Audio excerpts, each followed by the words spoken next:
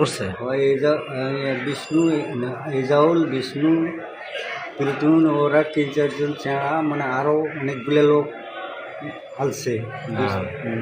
মানে কি কারণে মারছে এটা আপনি বলতেছেন না? ওই আমার জামাই দোকান নিয়ে গেছে। জামাই দোকান নিয়ে গেছে। জামাইয়ের নাম কি? সোয়ান।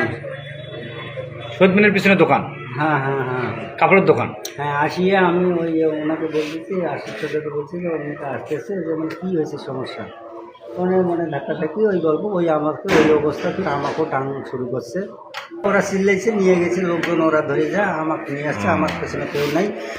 তখন পরে নিয়ে আসিয়ে ওই মার্কেটে ঢুকিয়ে আরও আমার মেয়েগুলো দেখতে আছে, মেয়েগুলো তো ডান শুরু করছে। আচ্ছা, বলছে এই মেয়েগুলোর ছবি তোলো, ধাক্কা দাও, বসো ডাঙ্গাই। আমি এলে দেখছি আমার মাথা ঘুরে গেছে, ওখানে চোখ লাল হয়ে গেছে। কোন জায়গায় ঘটনাটা? ওটা শহীদ মিনার থেকেই মারতে মারতে আমাকে মার্কেটে ঢুকেছে। আপনার দোকান আছে? ওই আমার জামাই। আপনার জামাইয়ের দোকান আছে? এই জামাইয়ের দোকানে যাওয়ার কারণে আপনাকে মারছে? হ্যাঁ, আমি দেখছি জামাইগুলো গন্ডগোল। আপনি মেডিকেলে গেছিলেন? হ্যাঁ, মেডিকেলে। ও থানায় অভিযোগ করছেন? না, একটু ওই যে সবাই মিলে করেছে, আমি করিনি। এখন অভিযোগ তো লিখলেন হ্যাঁ থানায় জমা দেওয়ার জন্য? জি। কি নাম জানি আপনার? নজরুল ইসলাম। মারলোকে চেনেন না? আরে ওই আমি সুস্থ বিশ্বাস চাই দিয়ে তারপর সুস্থ বিশ্বাস চাই। কি নাম আপনার? নজরুল ইসলাম। বাড়ি কোথায়?